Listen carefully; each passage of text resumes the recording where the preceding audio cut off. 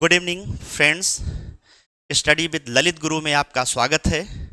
आज सामान्य अध्ययन के एक महत्वपूर्ण खंड अर्थशास्त्र के शुरुआत करने चल रहा हूँ। उससे संबंधित सारे वीडियोस आपको समय समय पर मिलेंगे। यह सभी प्रतियोगी परीक्षाओं के सिलेबस के अनुकूल इसे डिजाइन किया गया है। वह प्रतियोगी परीक्षा चाहे यूपीएससी के द्वारा आयोजित हो या यूपीपीएससी के द्वारा आयोजित हो या विभिन्न राज्यों के आयोगों के द्वारा जैसे बीपीएससी, एमपीपीएससी, आरपीपीएससी, सीजीपीएससी आदि के द्वारा आयोजित हो या एसएससी, रेलवे एवं बैंकिंग के द्वारा आयोजित हो, सबके लिए उपयोगी है। और आज हम इकोनॉमिक्स की जो शुरुआत कर रहे हैं बेसिक्स से शुरू करेंगे। कॉन्सेप्ट के साथ साथ आपको फैक्ट भी बताएंगे। तो आज हम आइए चलिए शुरुआत करते हैं। अर्थशास्त्र एवं अर्थव्यवस्था का एक परिचय, इकोनॉमिक्स एंड इकोनॉमी इंट्रोडक्शन। आज आपको यहाँ से शुरुआत करते हैं कि आखिर अर्थशास्त्र होता क्या है, अर्थशास्त्र किसे कहते हैं। इकोनॉमिक्स शब्द की उत्पत्ति लैटिन के शब्द के इकोनॉमिया से हुई है। सबसे पहले इकोनॉमिक्स नामक कृति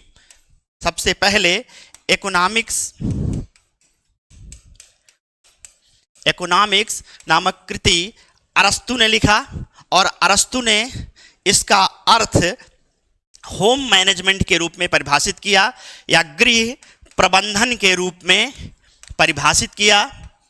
इनका कहने का जो आशय है कि आप अपने घर को कैसे मैनेज करते हैं, लेकिन अर्थशास्त्र को सबसे पहले क्रमबद्धता या उसे साइंटिफिक स्वरूप एडम स्मिथ ने दिया। इसलिए father of economics Adam Smith को कहा जाता है।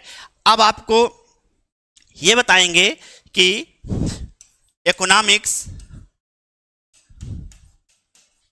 इकोनॉमिक्स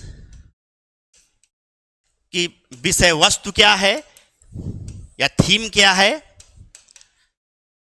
इसकी विषय वस्तु जो है कि दुर्लभ संसाधनों का विवेकशील प्रबंधन ही इसका मेन विषय वस्तु है।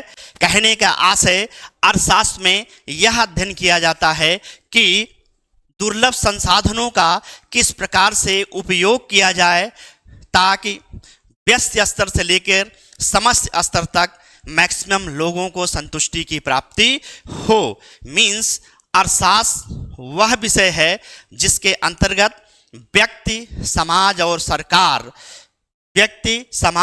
सरकार को यह परिभाषित करता है कि किस प्रकार से वह अपने सीमित संसाधनों को ध्यान में रख करके अपने असीमित आवश्यकताओं की पूर्ति कैसे करें। कहने का आशय जो अर्थशास्त्र है, अर्थशास्त्र में इस चीज़ का अध्ययन किया जाता है कि वस्तुएं एवं सेवाएं कैसे वितरित, सृजित एवं उपभोग की जाएं, इसका अध्ययन अर्थशास्त्र में किया जाता है। कहने का आशय अर्थशास्त्र एक व्यापक अवधारणा है, एक व्यापक विषय है जिसके अंतर्गत उत्पादन, उपभोग, बचत, विनियोग, मुद्रास्फीति, राष्ट्रीय आय, प्रति व्यक्ति आय, मौद्रिक नीति, राजकोषीय नीति, रोजगार के अवसर और जीवन की गुणवत्ता से संबंधित विषयों का अध्ययन किया जाता है। अर्थशास्त्र एक विज्ञान भी है और एक कला भी है। कहने का आशय कि अर्थशास्त्र में विज्ञान इस रूप में है अर्थशास्त्र कि जैसे इसका क्रमबद्ध अध्ययन किया जाता है, इसमें यह पूर्वानुमान पर आधारित है। इसके साथ साथ यह इस पर विभिन्न नियमों का पालन एवं प्रतिपादन भी किया जाता है। दूसरा, यह कला के रूप में भी है जो दैनिक एवं व्यवहारिक रूप से लोगों से जुड़ी हुई प्रतीत होती है। अब आपको बताएंगे कि जो अर्थशास्त्र की परिभाषा है, इसके संबंध में कुछ विद्वानों का भी मत है। जैसे अल्फ्रेड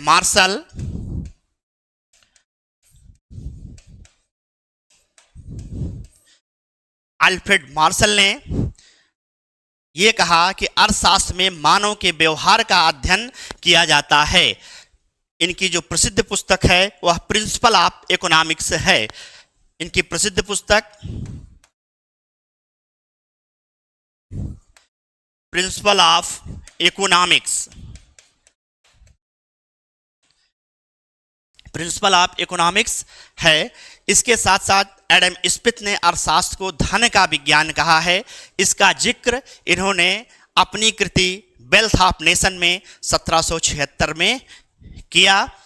इसके साथ साथ चूंकि संसाधन सीमित हैं, आवश्यकताएं असीमित हैं, यानी संसाधनों की कमी है, श्रीमती जॉन रॉबिन्सन ने श्रीमती जॉन रॉबिन्सन ने श्रीमती जॉन रॉबिन्सन ने अर्थशास्त्र को कमी का विज्ञान कहा। अर्थशास्त्र को कमी का विज्ञान कहा, यानी कहने का सेंस ये हुआ कि इसके संबंध में कुछ और अर्थशास्त्री जैसे पॉल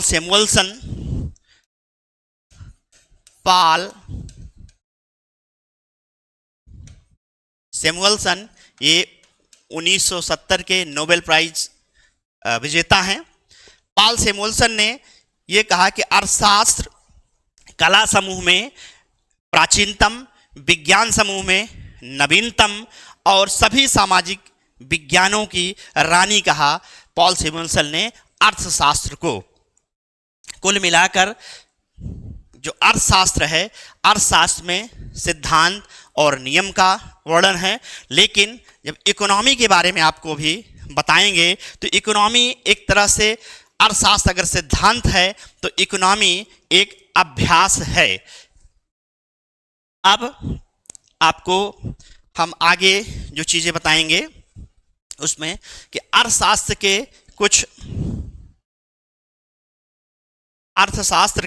कुछ पिलर्स हैं, कुछ आधारभूत स्तंभ हैं।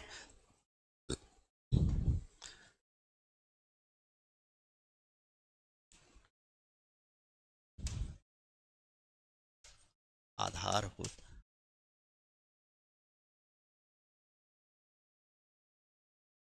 स्तंभ है। इसमें पहला आपका कि जो आधारभूत अर्थशास्त्र के स्तंभ हैं, पहला आपका होगा उत्पादन, दूसरा उपभोग और तीसरा वितरण, चौथा विनिमय और पांचवा लोक वित्त। कहने का आशा, एक एक चीज को एक्सप्लेन करेंगे कि उत्पादन इनपुट को आउटपुट में बदलना वो उत्पादन कहलाता है। कहने का आशय, यह एक ऐसी क्रिया है जिसमें वस्तु की उपयोगिता या उसके महत्व में वृद्धि होती है, इसको बोलते हैं उत्पादन। जब उत्पादन का उपयोग अगर करेंगे, यानी उत्पादन के उद्देश्यों की पूर्ति करना ही उपभोग कहलाता है। और तीसरा पॉइंट है आपका कि वितरण कहने का आशय, वितरण या डिस्ट्रीब्यूशन के अंतर्गत यह अध्ययन किया जाता है कि जो देश में उत्पादन किया जाता है उसका राष्ट्रीय आय या जीडीपी में वितरण वेतन, मजदूरी या लाभ के रूप में कैसे किया जाए। कहने का आशय, किसी कंपनी, संस्था या देश के द्वारा निर्मित वस्तुओं एवं सेवाओं को नागरिकों एवं उपभोक्ताओं तक पहुंचाना, ये वितरण तंत्र के ही माध्यम से पहुंच सकता है। अगला पॉइंट आपका है कि विनिमय या एक्सचेंज। दरअसल पहले विनिमय वस्तुओं का होता था, उस समय बार्टर इकोनॉमी थी, लेकिन बाद में आधुनिक अर्थशास्त्र में आप देखेंगे कि जो विनिमय है, विनिमय से आशय यहाँ खरीद और बिक्री से है। खरीद और बिक्री मूल्य के माध्यम या धन के माध्यम से होगी। तो विनिमय आपका दो प्रकार का होता है। पहला है वाणिज्यिक विनिमय या कमर्शियल एक्सचेंज, और दूसरा व्यापारिक विनिमय। दूसरा व्यापारिक विनिमय। और अंतिम जो पांचवा आधारभूत स्तंभ है पब्लिक फाइनेंस में, इसमें लोक आय, लोक ऋण, इसमें आपका जो है लोक आय, लोक ऋण, वित्तीय प्रशासन एवं उससे संबंधित समस्याओं का अध्ययन किया जाता है। ये 5 इसके आधारभूत स्तंभ हुए। इसके अलावा कुछ शब्दावलियां हैं, जो कि बेसिक से सारी चीज़ें आप उसको जानने का प्रयास कीजिए, क्योंकि आगे ये सब चीज़ें काम देंगी। तो इसमें कुछ शब्दावलियां हैं, थोड़ा सा उनके बारे में भी हम आपको बता रहे हैं। जैसे कीमत या प्राइस, कि कीमत क्या होती है। कीमत बाजार में किसी वस्तु की कीमत का निर्धारण मांग एवं पूर्ति की पारस्परिक क्रिया के द्वारा ही होती है। वो वही डिसाइड करती है कि कीमत क्या होगी। दूसरा पॉइंट आपको इसमें हर जगह यूज होगा, बाजार। बाजार यानी मार्केट। बाजार बनेगा, बिगड़ेगा।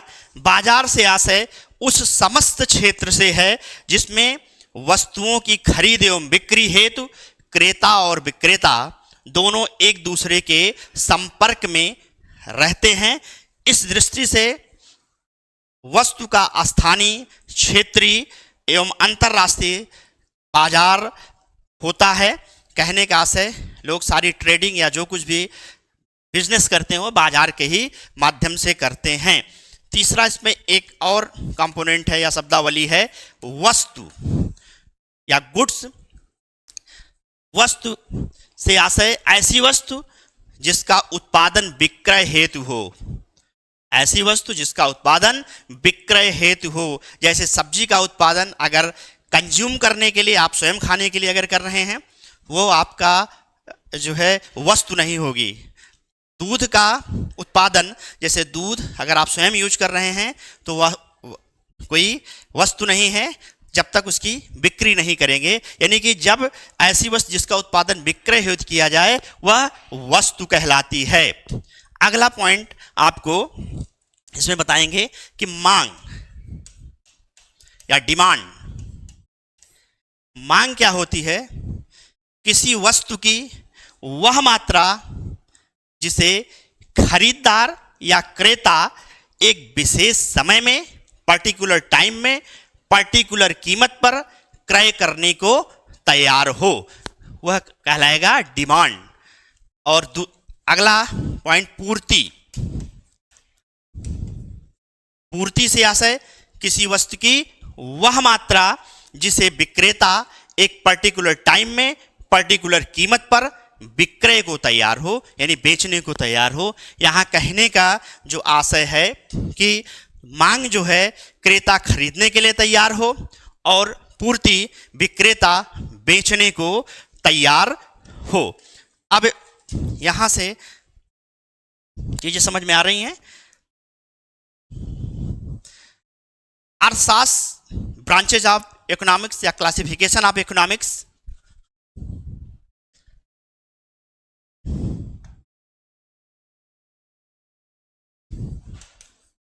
Classification of economics.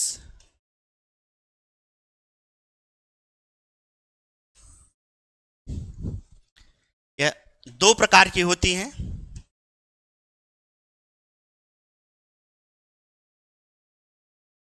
व्यष्टि अर्थशास्त्र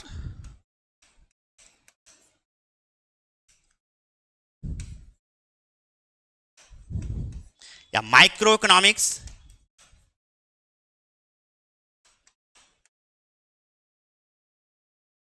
और समष्टि अर्थशास्त्र। समष्टि अर्थशास्त्र या मैक्रो इकोनॉमिक्स।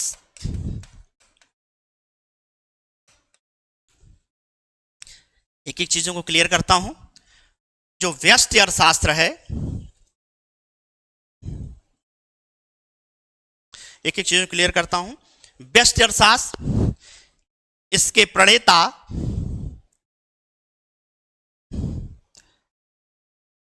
प्रणेता एडम स्मिथ हैं।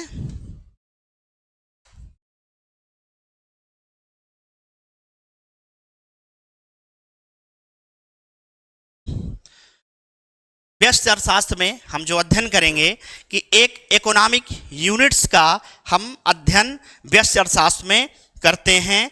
व्यक्ति या व्यक्तियों के छोटे समूह की आर्थिक क्रियाओं का अध्ययन व्यष्टि अर्थशास्त्र में किया जाता है। एक उत्पादक, एक उपभोक्ता, एक उद्योग, एक बाजार के बारे में जो हम अध्ययन करते हैं वह आपका व्यष्टि अर्थशास्त्र के अंतर्गत आता है। कहने का मतलब जो व्यष्टि अर्थशास्त्र है इसका जो उद्देश्य है, इसका उद्देश्य यह होगा कि बाजार में मांग एवं पूर्ति की व्यवस्था को बनाए रखना और उपभोग एवं मांग के अन्य तत्वों की पहचान करना, यह आपका व्यष्टि अर्थशास्त्र के अंतर्गत आएगा। और व्यष्टि अर्थशास्त्र के अंतर्गत इसके जो कुछ सिद्धांत हैं या vital components of macro economics, उसमें पहला आएगा, इसके अंतर्गत जो महत्वपूर्ण सिद्धांत हैं या कंपोनेंट्स हैं, जैसे उपभोक्ता का व्यवहार सिद्धांत, उपभोक्ता का व्यवहार सिद्धांत। नंबर 2, उत्पादक का व्यवहार सिद्धांत, उत्पादक का व्यवहार सिद्धांत। और नंबर 3, कीमत का सिद्धांत, कीमत का सिद्धांत। यह सारे व्यष्टि अर्थशास्त्र के अंतर्गत आपको इसका अध्ययन किया जाता है। इसके बाद क्लासिफिकेशन ऑफ इकोनॉमिक्स में समष्टि अर्थशास्त्र आता है। एक्चुअली जो आपका समष्टि अर्थशास्त्र है इसके जनक जॉन मेनार्ड कीन्स हैं। जॉन मेनार्ड कीन्स हैं, ये ब्रिटिश अर्थशास्त्री हैं। समष्टि अर्थशास्त्र में हम अर्थव्यवस्था के सभी बड़े पहलुओं अर्थात संपूर्ण अर्थव्यवस्था से संबंधित इसमें अध्ययन किया जाता है, जैसे राष्ट्रीय आय, राजकोषीय नीति, मौद्रिक नीति, सरकारी बजट, बेरोजगारी, गरीबी और मुद्रास्फीति के संदर्भ में जो हम अध्ययन करते हैं वह समष्टि अर्थशास्त्र के अंतर्गत आता है।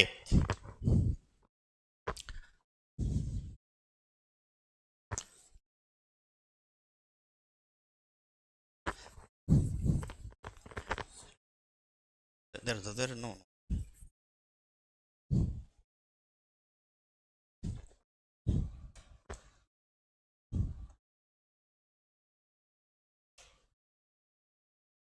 समष्टि अर्थशास्त्र के अंतर्गत vital component of macro economics में कुछ सिद्धांत हैं, जैसे सरकारी बजट से संबंधित सिद्धांत, राजकोषीय और मौद्रिक नीतियां, रोजगार से संबंधित सिद्धांत इत्यादि जो हैं ये समष्टि अर्थशास्त्र के अंतर्गत आते हैं।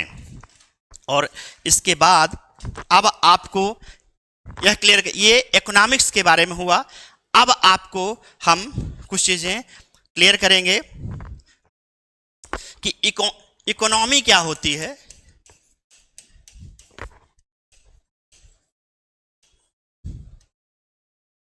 इकोनॉमी से आशय मानव समाज की जो आर्थिक गतिविधियों का अध्ययन है वह इकोनॉमी कहलाती है। कहने का आशय अर्थशास्त्र एवं अर्थव्यवस्था के बीच सामान्य रूप में सिद्धांत और अभ्यास के रूप में इसे देखा जा सकता है। यहाँ पर अगर आप देखेंगे कि मानव समाज की जो आर्थिक गतिविधियां हैं, आखिर आर्थिक गतिविधियां, बड़ा सवाल कि आर्थिक गतिविधियां होती क्या हैं या इकोनॉमिक एक्टिविटीज होती क्या हैं। तो इकोनॉमिक एक्टिविटीज क्या होगा कि मानव द्वारा धन एवं संपत्ति से संबंधित सभी क्रियाएं वो आर्थिक क्रियाएं कहलाती हैं, इकोनॉमिक एक्टिविटीज कहलाती हैं। इनका मापन मौद्रिक मूल्य के आधार पर किया जाता है, इसीलिए देखा गया है कि इनका बढ़ना राष्ट्रीय आय के मूल्यों में वृद्धि को दर्शाता है। दूसरा चीज अगर आप इकोनॉमी को देखेंगे तो एक अर्थव्यवस्था के अंदर बहुत सारी इकोनॉमी देखने को मिलती है। यानी अर्थव्यवस्था जो है वह किसी क्षेत्र विशेष से संबंधित हो सकती है। फॉर एग्जाम्पल जैसे भारतीय अर्थव्यवस्था, चीनी अर्थव्यवस्था या अमेरिकी अर्थव्यवस्था। इस तरीके का जो इकोनॉमी पे आपका इकोनॉमी का जो करेक्टर है उसके बारे में आपको मैंने चीज़ों को क्लियर किया। अब आपको अगली चीज़ें हम बताएंगे कि जो नया इसमें सब टॉपिक होगा वो है sector of economy.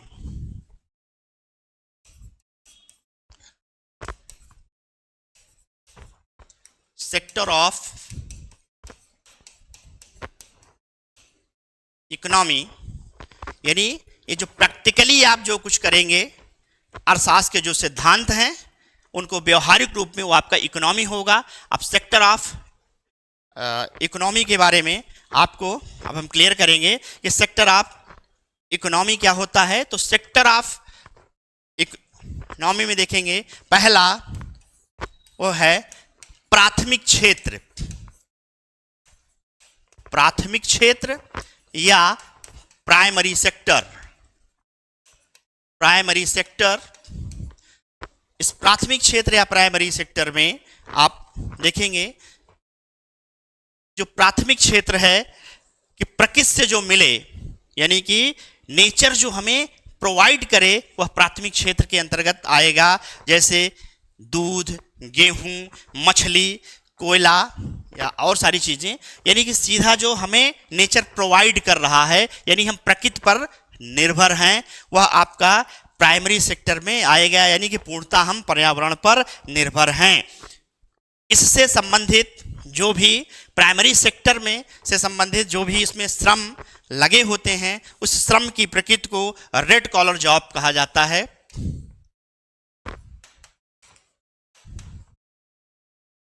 Red collar job श्रम की प्रकृति को बोला जाता है। प्राथमिक क्षेत्र में क्या क्या चीज़ें आएंगी, अब इस पे प्राथमिक क्षेत्र में क्या क्या चीज़ें आएंगी, जैसे कृषि, पशुपालन, कृषि, पशुपालन, इसके अलावा खनन, कृषि, पशुपालन, खनन, मत्स्य पालन,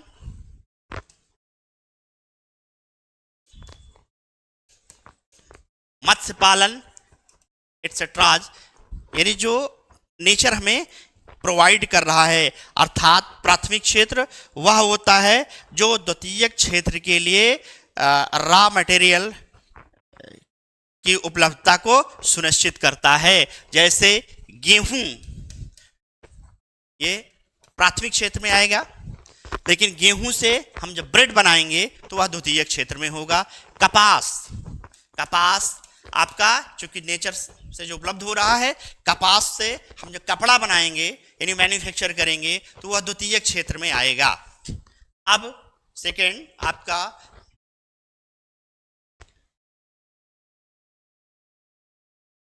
सेकेंडरी जो सेक्टर है, सेकेंडरी सेक्टर ऑफ इकोनॉमी में जो सेकेंडरी सेक्टर है, सेकेंडरी सेक्टर में यानी द्वितीयक क्षेत्र,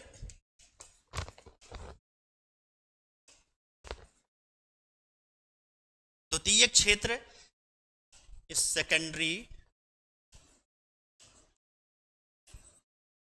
सेकेंडरी सेक्टर में क्या क्या चीजें आएंगी। अर्थव्यवस्था का वह क्षेत्र जो प्राथमिक क्षेत्र के उत्पादों को अपनी गतिविधियों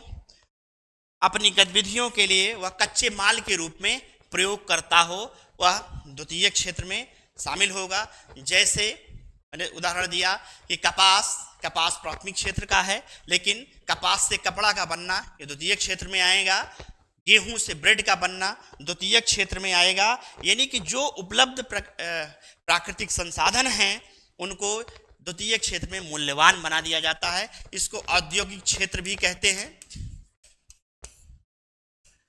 औद्योगिक क्षेत्र भी कहते हैं।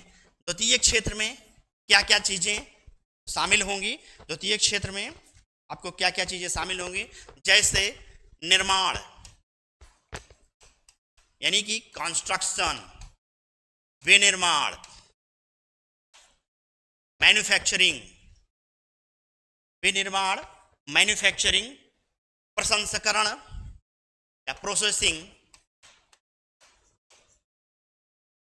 या प्रोसेसिंग इत्यादि यह द्वितीयक क्षेत्र में आएंगी। अब जो द्वितीयक क्षेत्र है, द्वितीयक क्षेत्र में जैसे निर्माण और विनिर्माण, निर्माण यानी कि कंस्ट्रक्शन जैसे भवन, और विनिर्माण, विनिर्माण में जैसे कपड़ा,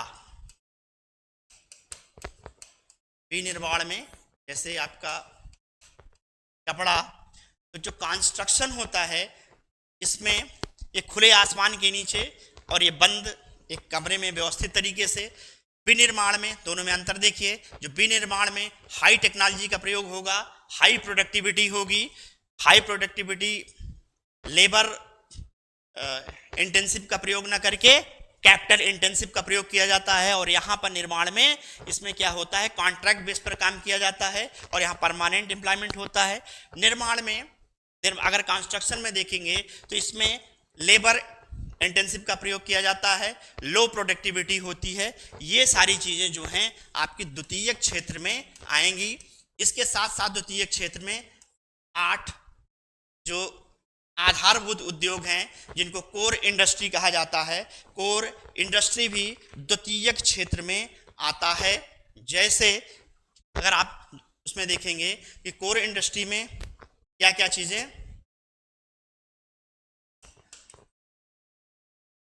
कोर उद्योग में यह भी द्वितीयक क्षेत्र के अंतर्गत आएगा। तो इसमें कुल मिला के जो 8 सेक्टर हैं, वो 8 सेक्टर कौन कौन से हैं नोट कर लीजिए, चूंकि एग्जाम में आता है कि इनमें से कौन सा नहीं है। तो विद्युत, पहला इलेक्ट्रिसिटी, कोयला, विद्युत, कोयला, इस्पात, सीमेंट, 4 हो गए। नीचे से फिर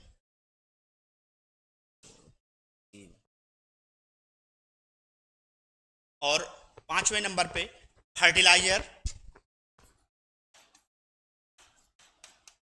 फर्टिलाइजर, और 6ठे नंबर पे फर्टिलाइजर साथ क्रूड ऑयल, क्रूड ऑयल, और 7वें नंबर पर नेचुरल गैस या प्राकृतिक गैस, और 8वें नंबर पर आपकी रिफाइनरीज आएंगी। रिफाइनरी जो है ये 8वें नंबर पे आपकी आएंगी। अब यहाँ पर जो द्वितीयक क्षेत्र से संबंधित श्रमिकों का जो वर्गीकरण किया जाता है, इसमें जो इन्वॉल्व होते हैं श्रमिक, तो कुछ पहला कुशल श्रमिक होते हैं, कुशल व्यावसायिक श्रमिक, जिनको व्हाइट कलर जॉब के अंतर्गत रखा जाता है, जिनको व्हाइट कॉलर जॉब के अंतर्गत रखा जाता है। तथा दूसरे जो उत्पादन की प्रक्रिया में संलग्न श्रमिक हैं उनको ब्लू कॉलर जॉब में, ब्लू कॉलर जॉब के अंतर्गत रखा जाता है। ये आपके सेकेंडरी सेक्टर में सारे आएंगे। अब आपका नेक्स्ट जो है वो तृतीयक क्षेत्र, सेक्टर ऑफ इकोनॉमी में तृतीयक क्षेत्र या टर्शियरी सेक्टर। दरअसल तृतीयक क्षेत्र जो होता है वह विभिन्न प्रकार की सेवाओं का उत्पादन करता है। यह प्राथमिक एवं द्वितीयक दोनों क्षेत्रों को सेवाएं प्रदान करता है। इसमें सबसे इंपॉर्टेंट है मैन पावर। जैसे तृतीयक क्षेत्र में जैसे शिक्षा को लेकर के, जैसे हम आपको क्लास ले रहे हैं, आपको पढ़ा रहे हैं, तृतीयक क्षेत्र में टर्शरी सेक्टर में आएगा इसके अंतर्गत जैसे क्या क्या चीज़ें शामिल होती हैं, तो व्यापार, होटल, परिवहन, संचार और भंडारण, बैंकिंग, बीमा, और इसके साथ साथ पूरा मेडिकल, डिफेंस, पब्लिक एडमिनिस्ट्रेशन, ये सब आपके टर्शियरी सेक्टर में आएंगे। चौथा क्षेत्र चतुर्थक क्षेत्र, मॉडर्न इकोनॉमिक्स में है चतुर्थक क्षेत्र। चतुर्थक क्षेत्र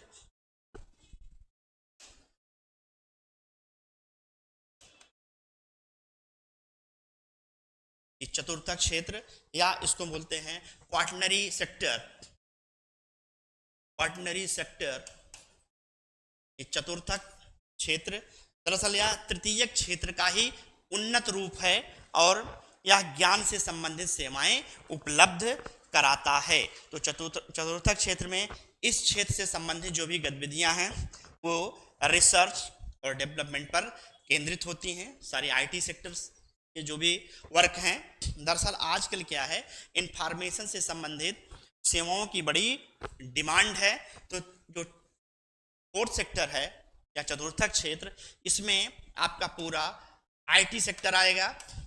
आईटी सेक्टर के साथ साथ इसमें शिक्षा, संस्कृति, सरकार, ये सब आपके चतुर्थक क्षेत्र में आएंगे। इसके अलावा म्यूचुअल फंड मैनेजर, पोर्टफोलियो जो मैनेजर हैं, टैक्स मैनेजर हैं, स्टैटिस्टिशियन जितने हैं, सांख्यिकीविद, इसके अलावा विशेषीकृत सेवा जो उपलब्ध कराते हैं, हाई क्लास की जो स्पेशलाइज्ड सर्विसेज हैं, वो आपके फोर्थ सेक्टर में उनको रखा गया है।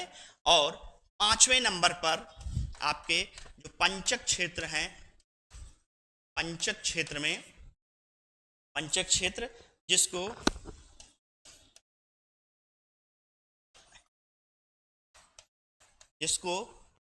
क्वारी सेक्टर कहा जाता है। तो पंचक क्षेत्र में आप देखेंगे कि पंचक क्षेत्र में गोल्ड कॉलर प्रोफेशनल्स को इनमें शामिल किया जाता है, जैसे किसी कंपनी के सीईओ, एमडी, लीगल एडवाइज़र और जो फाइनेंस एडवाइज़र हैं, वो सारे इसमें शामिल किए जाते हैं। और यहाँ तक कि जो केपीओ है उसको भी हम पंचक क्षेत्र के अंतर्गत शामिल करते हैं। अब आपको जो इकोनॉमी है, इकोनॉमी का नेचर क्या है, कि नेचर ऑफ इकोनॉमी क्या होता है।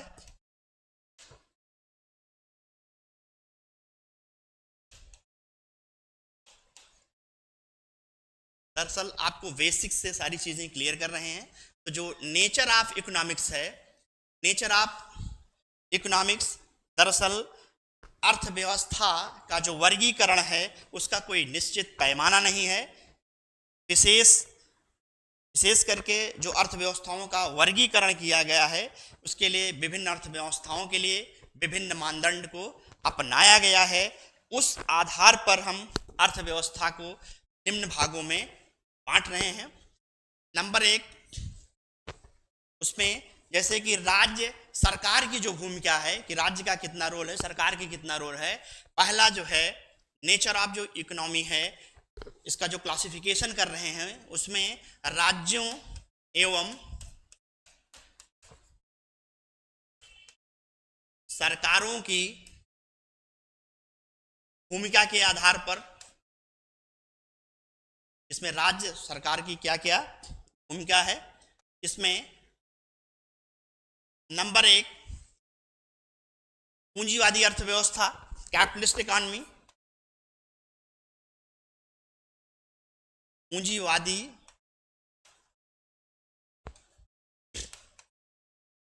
अर्थव्यवस्था।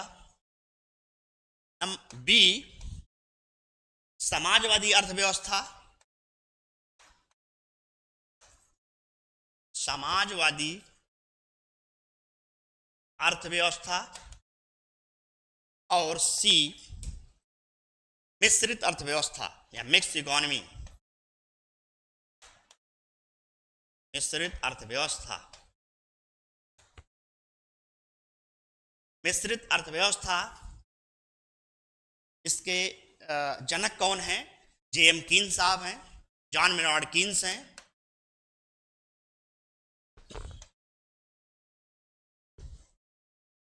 जो नेचर ऑफ इकोनॉमी है, राज्य एवं सरकार की जो भूमिका है उसके आधार पर 3 प्रकार की हैं।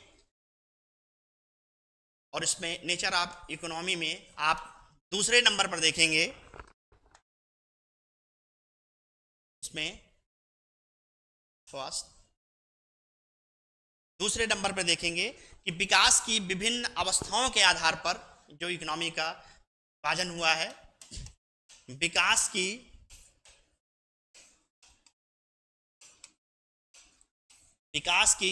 विभिन्न अवस्थाओं के आधार पर, विकास की विभिन्न अवस्थाओं के आधार पर, ये भी 3 प्रकार की हैं।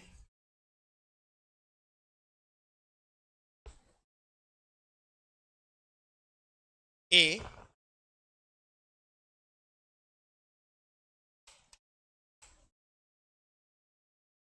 विकसित अर्थव्यवस्था,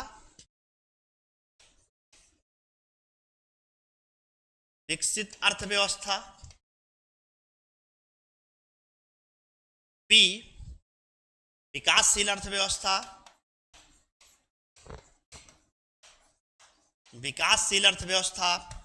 और सी, अल्प विकसित अर्थव्यवस्था। नेचर ऑफ इकोनॉमी में पहला राज्यों एवं सरकार की भूमिका के आधार पर 3 प्रकार की हैं, और दूसरा विकास की विभिन्न अवस्थाओं के आधार पर जो नेचर ऑफ इकोनॉमी है 3 प्रकार की है, विकसित अर्थव्यवस्था, विकासशील अर्थव्यवस्था और अल्प विकसित अर्थव्यवस्था। इसमें नेचर ऑफ इकोनॉमी में जो तीसरे नंबर की इकोनॉमी है, तीसरे नंबर की इकोनॉमी कि विभिन्न क्षेत्रों की भूमिका के आधार पर जो डिवाइड किया गया है, कि विभिन्न क्षेत्रों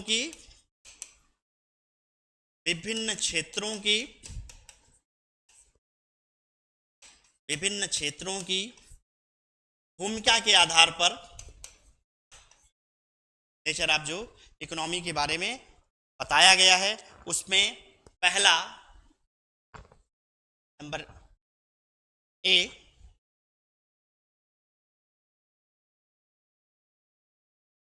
उसमें तो आपका ए होगा कि विभिन्न क्षेत्रों की भूमिका के आधार पर कृषक अर्थव्यवस्था,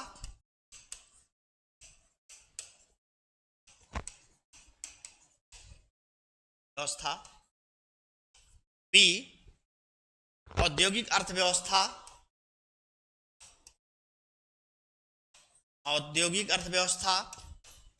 और सी, सेवा अर्थव्यवस्था।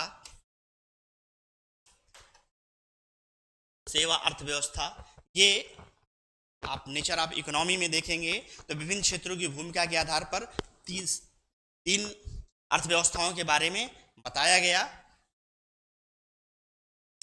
अब आप चौथे नंबर पे देखेंगे कि नेचर ऑफ जो इकोनॉमी है, चौथे नंबर पे कि शेष विश्व के साथ अंतर संबंधों के आधार पर ये कितने प्रकार की है?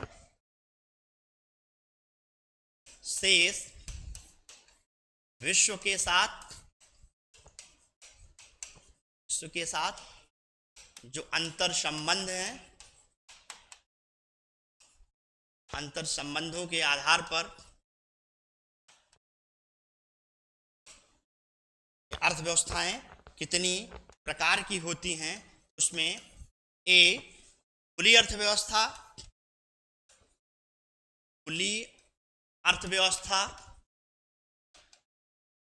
और बी, बंद अर्थव्यवस्था या क्लोज्ड इकोनॉमी।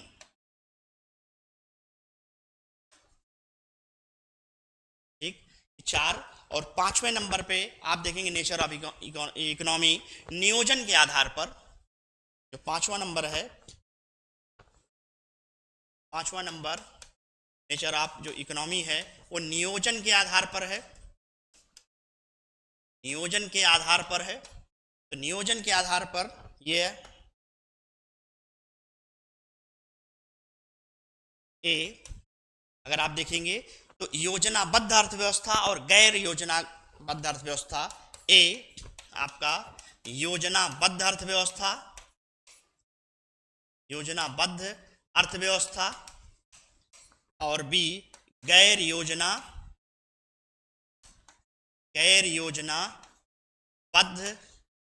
अर्थव्यवस्था।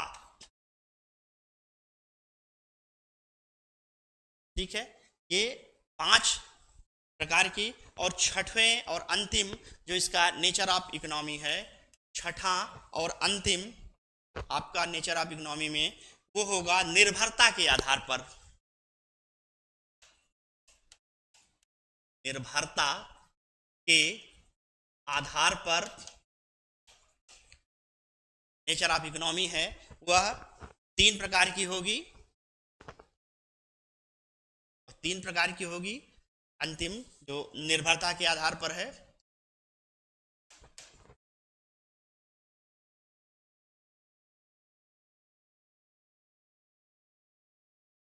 निर्भरता के आधार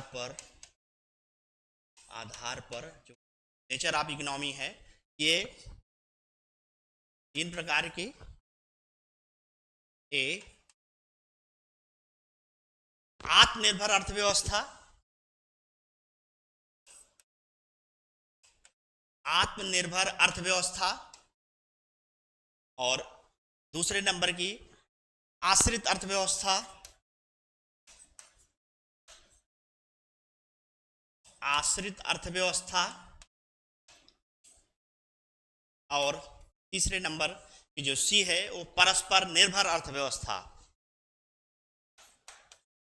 परस्पर निर्भर अर्थव्यवस्था।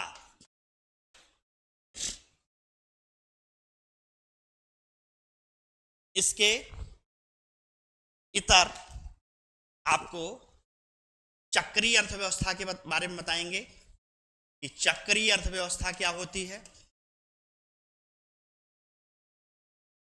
चक्रीय या सर्कुलर इकोनॉमी, और दूसरा है आपका गिग इकोनॉमी। कोरोना के बाद से बहुत सुनने में मिला कि गिग इकोनॉमी क्या होती है। गिग इकोनॉमी के उदय का कारण क्या है, इससे लाभ क्या क्या हैं, और इससे होने वाली चुनौतियां क्या क्या हैं, इसके बारे में अगले लेक्चर में हम आपसे डिस्कशन करेंगे।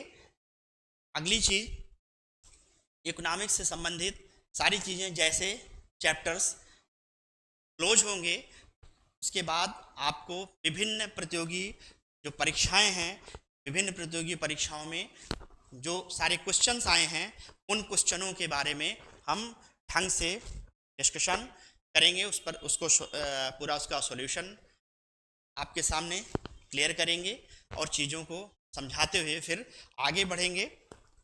अब आप इसमें जो पहला है आपका ये जो नेचर ऑफ इकोनॉमी है, उसमें राज्य या सरकार, उसमें पहला है नेचर ऑफ इकोनॉमी में, नेचर ऑफ इकोनॉमी में क्लियर करेंगे कि उसमें नेचर ऑफ इकोनॉमी में पहला कि पूंजीवादी अर्थव्यवस्था या कैपिटलिस्ट इकोनॉमी क्या होती है, समाजवादी या सोशलिस्ट इकोनॉमी क्या होती है, और मिक्स्ड इकोनॉमी क्या होती है। तो पहला आपका जो है वह पूंजीवादी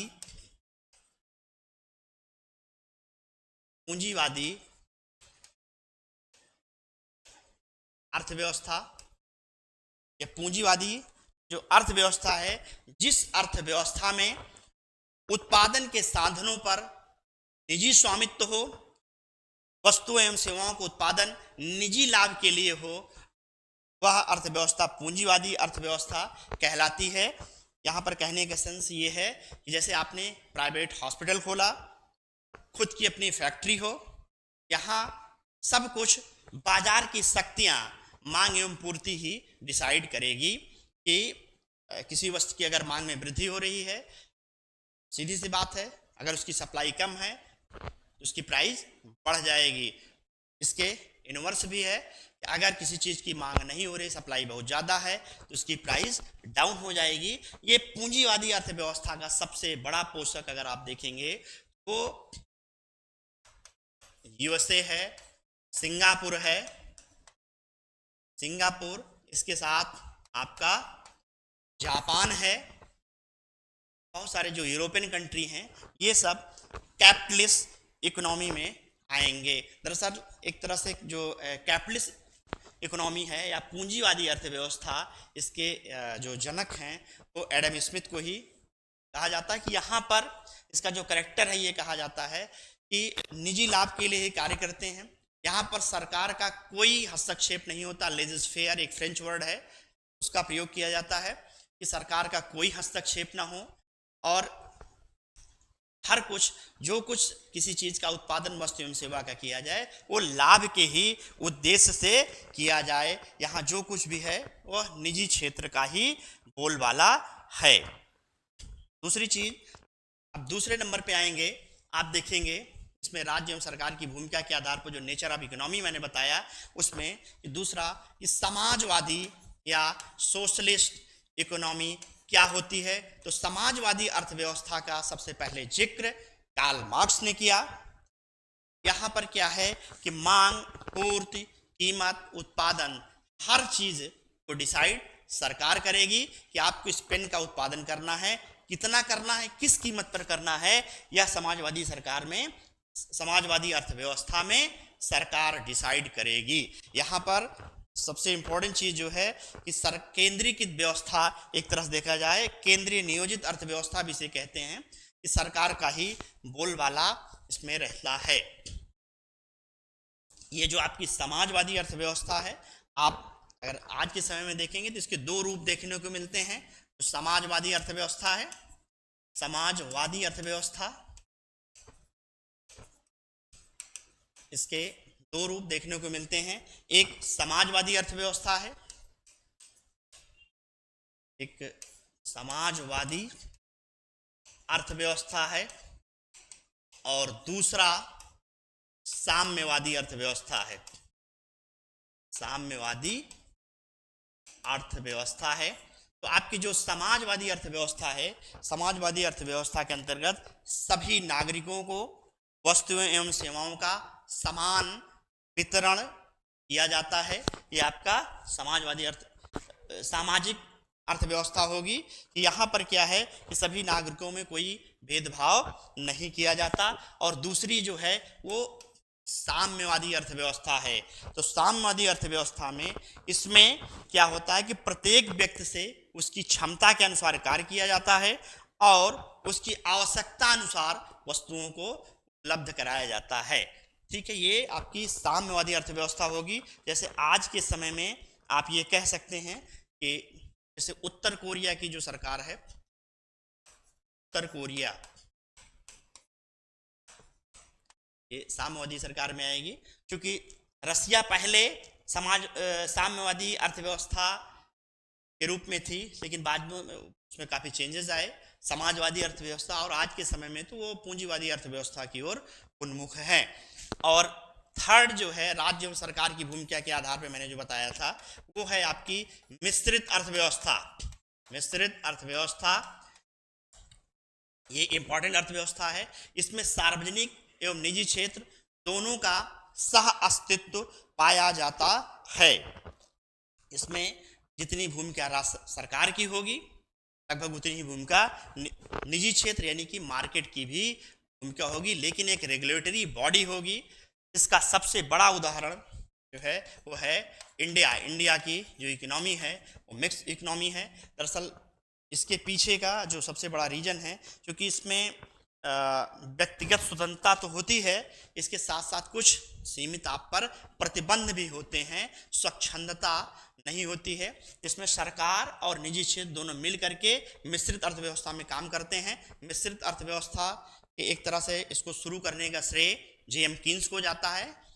कहीं किसी एग्जाम में शायद आया था, जेएम कीन्स इसके मिश्रित अर्थव्यवस्था के जनक हैं। दरअसल मिश्रित अर्थव्यवस्था को अपनाया क्यों गया, इसके पीछे का सबसे बड़ा कारण ये था कि उस समय चूंकि हमारे पास संसाधनों की कमी थी, जो निजी क्षेत्र में जो पूंजी थी या उसके जो भी निजी क्षेत्र के इन्वेस्टर्स थे, उनके अनुभव को हम यूज कर सकें, और सरकार जो प्राइवेट सेक्टर, सरकार जो इंफ्रास्ट्रक्चर है, इंफ्रास्ट्रक्चर का ढंग से डेवलप करे। चूंकि निजी क्षेत्र जो है इंफ्रास्ट्रक्चर को डेवलप करने में उतनी इंटरेस्ट नहीं लेते, चूंकि उसमें त्वरित लाभ देखने को नहीं मिलता है।